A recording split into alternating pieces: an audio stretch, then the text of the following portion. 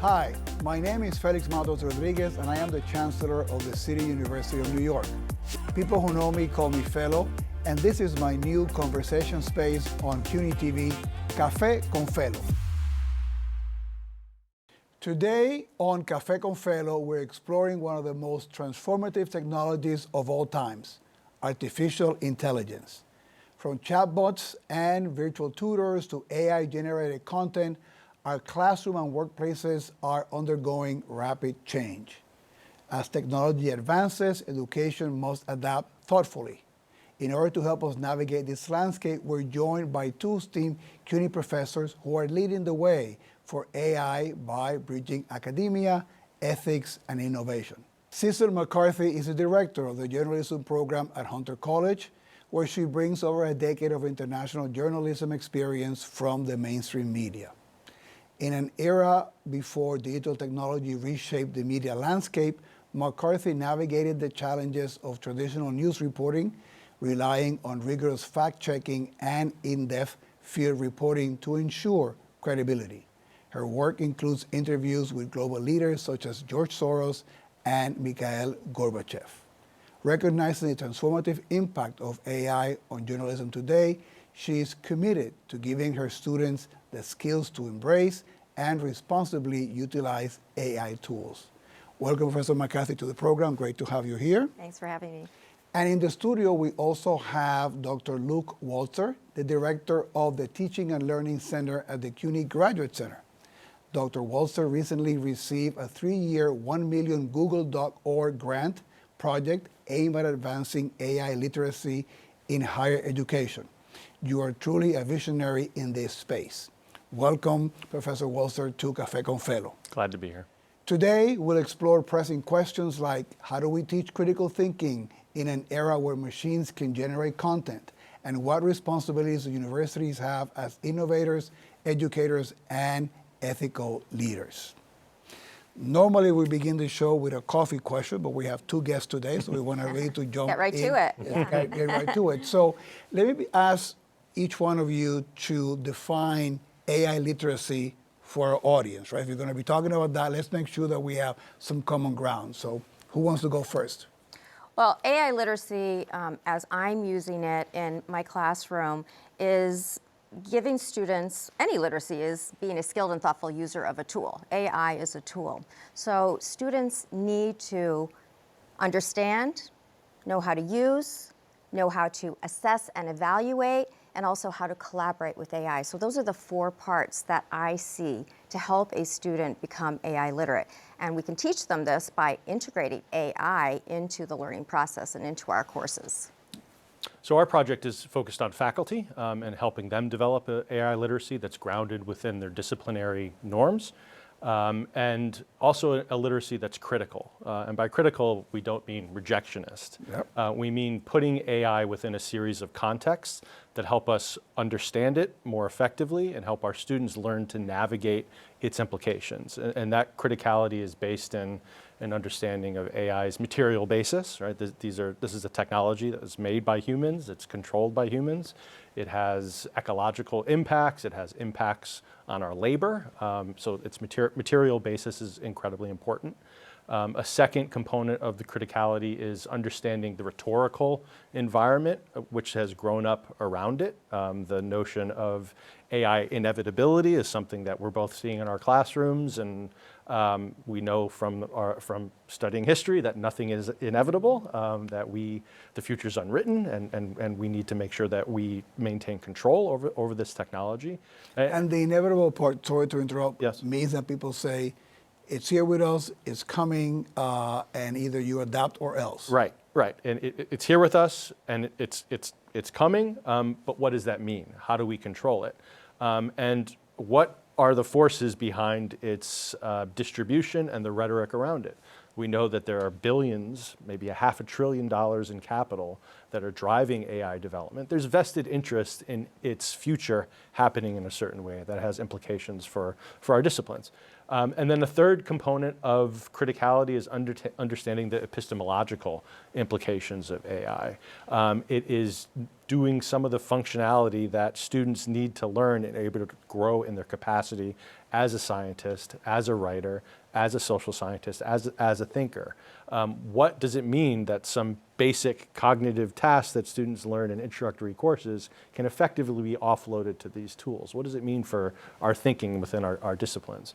So our project wants faculty to grapple with those issues. One comment I have is the AI genie, I think, is out of the bottle. It is our reality, and it really is up to us to help students learn how to use it ethically and responsibly.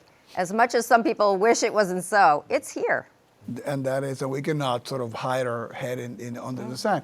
But let's take that in terms of some of the practical ways in which you've been sort of connecting this to your own teaching and to the program over at Hunter in journalism. So people hear both that you work with the students so that they can learn how to use AI, help in their writing.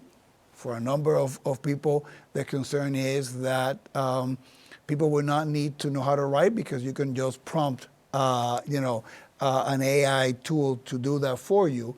And then the other part, which I know that you have a lot of investment in your work, is also in this era in which facts do not seem to matter, where it's very difficult also to identify what is a fact and where can I find it? Can you tell me a little bit? Even more difficult now than ever. Oh, please. Can you tell me a little bit about the work that you do to provide students with some guidance in those two things? Sure. So I teach writing. Writing is thinking, okay? And thinking, learning how to think, requires serious study, practice, and effort. And we don't want to replace that. We definitely don't want students outsourcing their critical thinking to AI. So what do? Well, a couple of things. We try to make them AI literate, right? So they understand what AI is good at. AI is good at a lot of things. It's great at summarizing, it's great at explaining difficult concepts, brainstorming, creating study guides. It's actually not a great writer. The writing that AI produces is rote and formulaic sounding. So I always try to tell students, you are a better writer with a voice than AI. So we don't want students to be using it for that. This semester, with another professor, Coralie Carlson, we actually workshopped an assignment where we required students to use AI on their first draft. So we didn't outsource their critical thinking on the first draft. They had to do that themselves.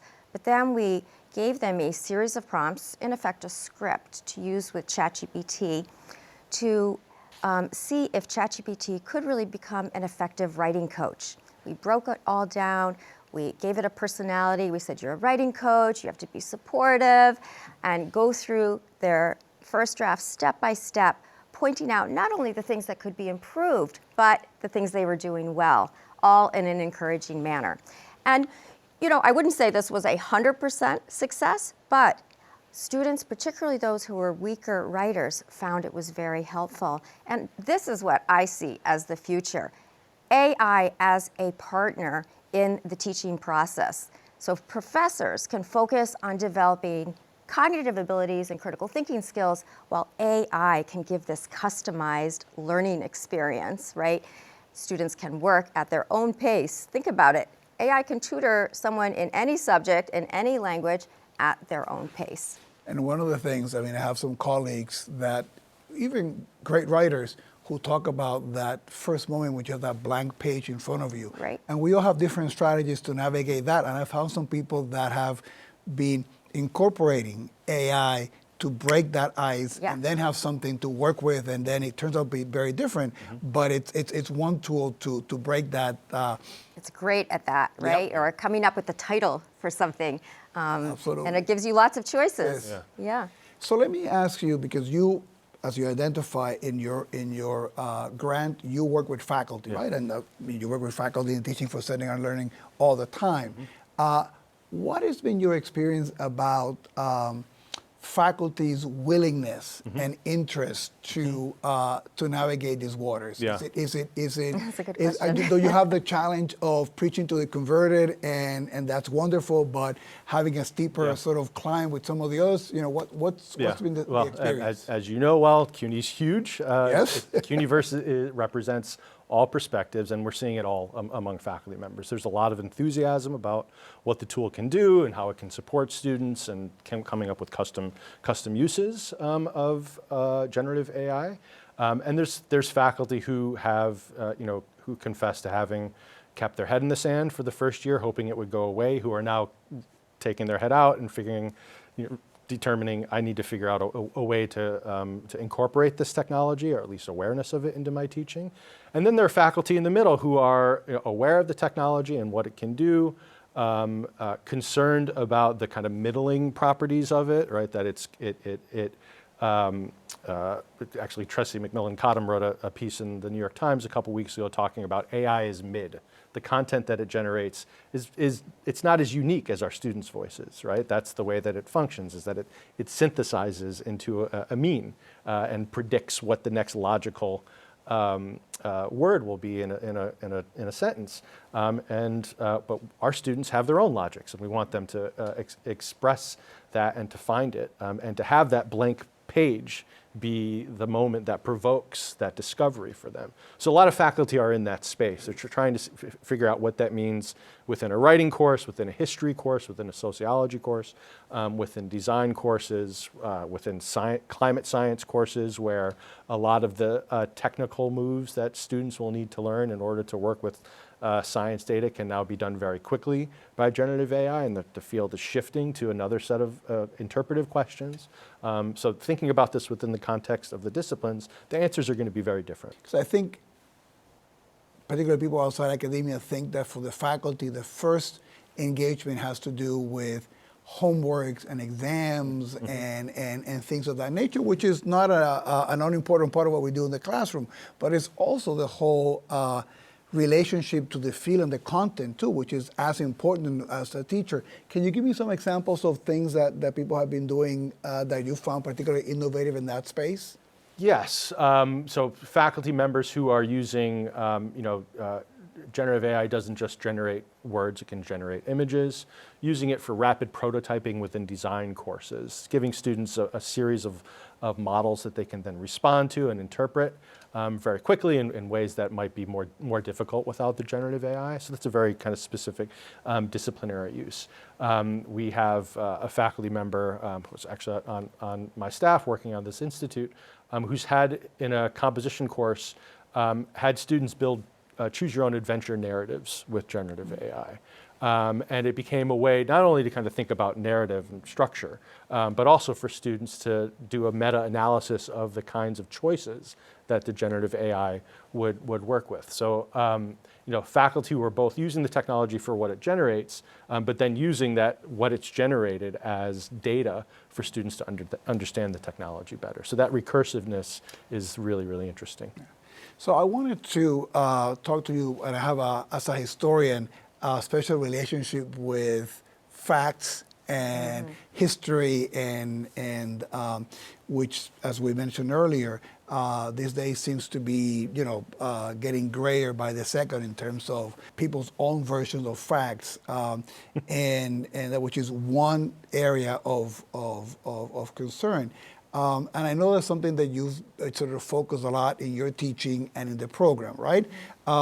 So can you give us a little bit of a sense? I mean, I want to have a sense, first, there is this overload of information, right? Yes. Different to when I was doing research in my dissertation, 30, 40 years ago. And so what are some of the things that you're concretely working with the students so they can be better at navigating that overload of information, and then being able to weed out, things that are factual? Right, and this definitely relates to AI. Well, the first thing is Senator Patrick Moynihan was the one who said everyone's entitled to their own opinion, but not their own fact. Yes. Right, so that's really an important lesson. And being able to determine what is factual information today is only more challenging. And AI, just tying it into this conversation, is making it increasingly difficult. AI hallucinates, right? It makes mistakes often. I don't want to say all the time, but I just had an example. A couple weeks ago, I was doing a talk at Hunter College's alumni reunion weekend, and a talk on AI in the classroom. So I wanted to do a demonstration. So I previewed a question, name the most famous graduates from Hunter College from 1940 to 2020. Came up with 17 names, 5 seconds, right? Just spit it all out. So I went to the top of the list and I saw the first 3 names, Ruth Bader Ginsburg, Bella Abzug, and Shirley Chisholm. Well, only one of those went to Hunter College, yes. And that was Bella Abzug. Yep. Then I started fact-checking the rest of the list, and there were 4 more mistakes. So 7 out of the 17 were actually wrong.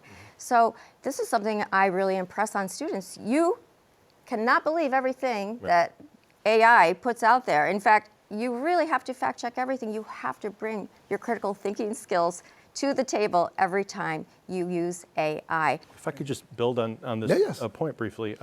So the way we are addressing this with the faculty in our institute is through a number of means. One is to kind of look at the word hallucination, right, which is the language that has been used to kind of help us understand when AI generates something that's not true. But hallucination in itself is a human activity, right? So this is another kind of, it's a word use that is anthropomorphizing the technology. So we want faculty to be kind of, I use the word too, it's hard not to use, that's the language that we have. But other language might be confabulation, right? Which is a fabrication. And that gets more to the heart of the fact that these generative AI technologies are not interested in what's true and what's not. They're interested in predicting what's logically to come next. And this has become the foundation of a course that's an open course that I highly recommend called BS Machines, developed by Carl Bergstrom, who's a biologist at the University of Washington, and his colleagues, which kind of takes this core truth about these technologies, that they are unconcerned with fact that's built into how they work. And it's challenging for our students because AI-generated slop is everywhere. It's at the top of Google search results now. Yes. And it's very hard for them to kind of discern at a surface level what a source of information is, what the original source. So it has tremendous implications for informational literacy, and our librarians are all over that. They're thinking about curriculum. But we're also, as institutions, sending our students mixed messages about this because it's embedded in all the technologies that we give them to use on our campuses. And we tell them that you have to be aware of what the source of this information is.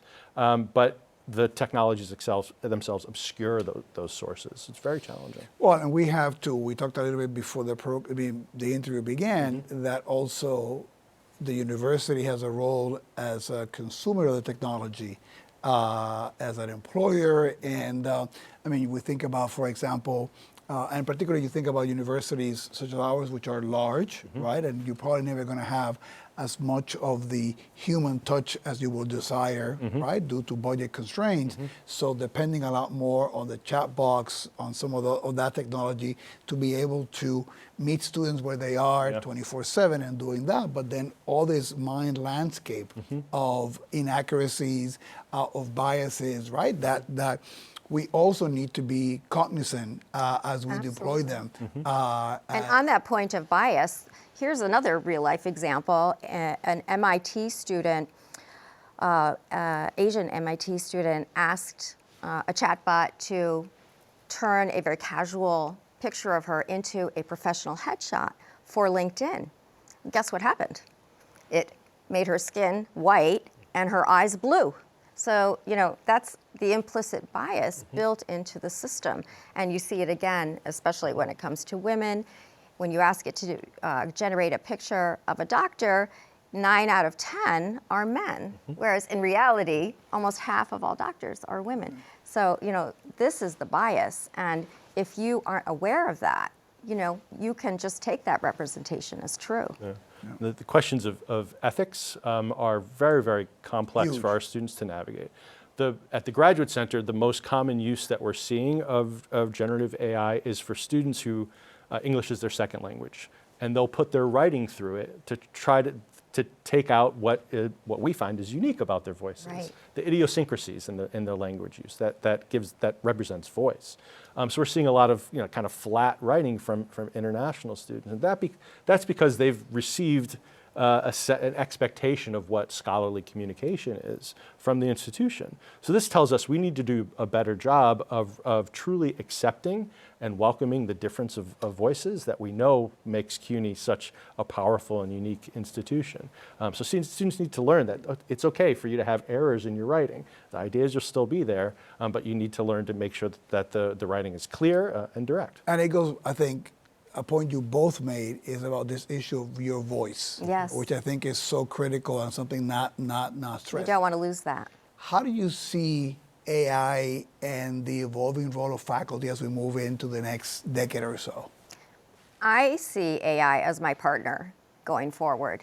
I'm not threatened by it. I don't think it's going to do the same job that I can, teaching students to develop their cognitive abilities, to develop their critical thinking skills.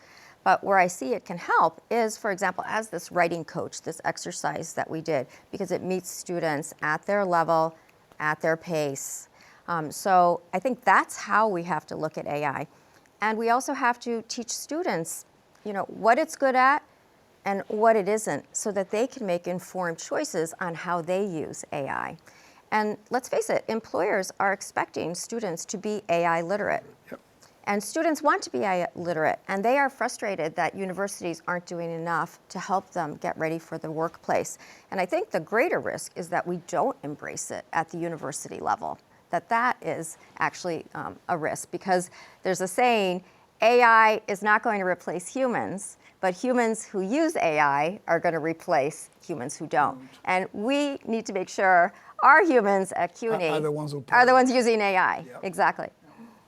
Yeah, I'm not sure I agree with that trajectory. I think we have to be aware of it. Humans still need to be in control of the curriculum. They still need to be making decisions about what gets taught within the context of a discipline. We need to slow things down a little bit to reflect on the implications of this technology, which has just emerged in a consumer environment over the past couple of years. I think that the faculty who are concerned about losing their jobs to AI that's not an ill-placed concern, given the trajectory in higher education over the past 40 years, which is towards larger class size, towards automation of curriculum in some cases.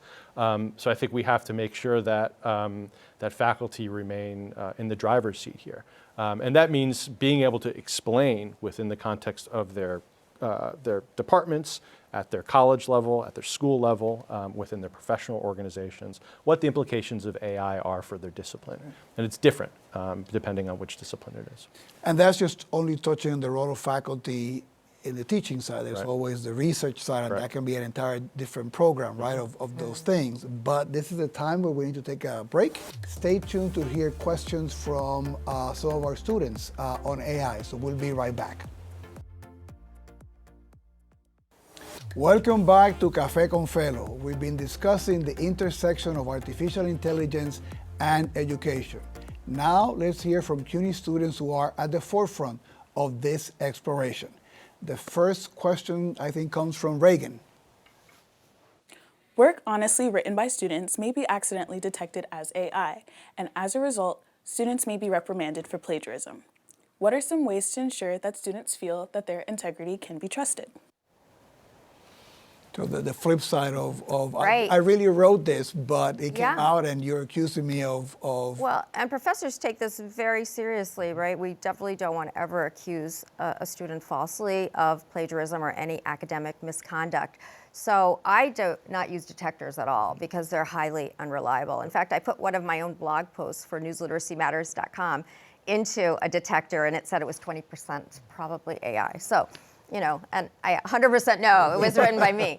So definitely don't want to use those. I mean, what I do in a situation like that, unfortunately, we have had situations like that. The first semester in spring 2023, when AI first came out, we had a record number of AI plagiarism cases. and which is when I realized I really need to dig in and understand this tool. So the first thing I do is meet with the student and talk about some of the things that I flagged. Things like ideas that we didn't cover in class, quotes that are not from our reading, even though they say they were from our text, right? That's AI, hallucinating a quote from one of our readings. And ask students to explain where they got the idea, where they found that quote. And if they have used AI, every single student definitely has admitted it. And what I say is you are just cheating yourself, right? If you're not doing your own critical thinking, if you're not working with me on your writing, when are you going to learn that? And when you get out in the workplace, why would an employer hire you if AI can do everything that you're doing, right? So that's how I approach it. I think it's important for students to understand and to really believe that the value of writing is as a process for thinking and figuring out what you think. So there's all sorts of things that we can do along the way to reinforce that understanding. We can get to know our students' voice. We can work with them as they develop pieces. This is something I know that you do in your courses. We can do workshops on their pieces, so we see them in process, and then we can align our evaluations to pay attention to that component rather than the final product. Things that we can do to take pressure off of the notion that your writing is about product and your writing is about process, and you really need to go through it to be able to grow in your capacity. And the more that we can reinforce those norms, the less students will be inclined to outsource that cognitive work to AI. Thank you. We have a second question from Sebastian. During high-stress academic periods, when we're dealing with a lot of deadlines, what are some effective and compassionate ways that you suggest to encourage academic integrity whilst using AI tools in the classroom? I love the compassionate Yes. part there of the question. Yes.